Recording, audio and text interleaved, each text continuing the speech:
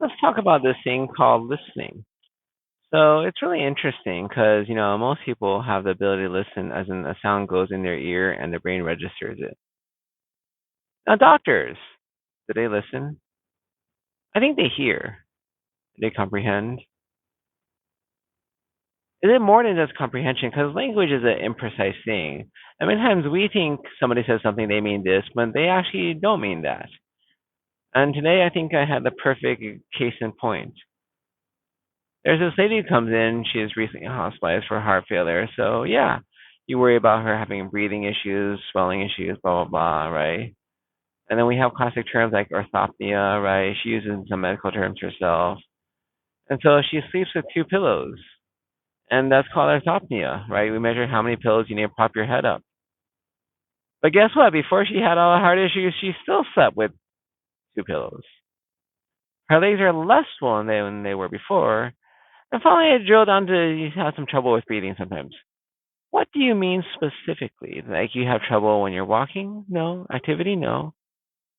Okay. She has issues when she's seated.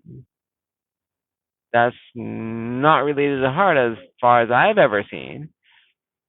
And so I think the other doctors could have been misled because they think, oh, she still has extra fluid, she has heart failure issues. When really that's sort of all resolved. Her breathing is as good as it was before she had her heart attack. So if she's had breathing issues before, that could be correct, but they're not related to her heart right now. There's something wrong with her medications because they make her blood pressure low and she gets dizzy and passes out or falls. I think it really has to do with this idea of listening. It's not just about hearing somebody. A lot of, I would dare say, counselor types, right? They say, I hear you, I hear you. Do they really hear you? Do they really understand or just saying stuff?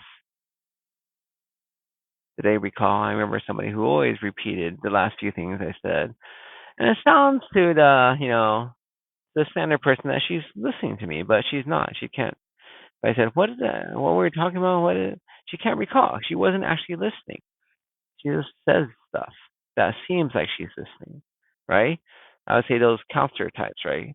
They're just listening, but are they really? Are they processing? Are they thinking about it? And then there's the other type, right? Who don't listen at all, which is probably most doctors. They listen to a few keywords like, oh, trouble breathing. Okay, great. You have, fluid overload.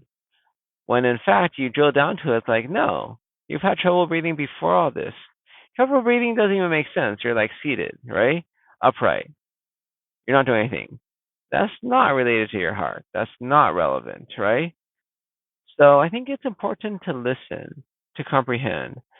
I think sometimes the basics aren't even done. That is, the doctor doesn't hear. But you got to hear the person first. And then you got to ask, what do you mean by that? Because we're maybe having different meanings of the word. Because again, language is not precise. Got to ask. And then you might be listening.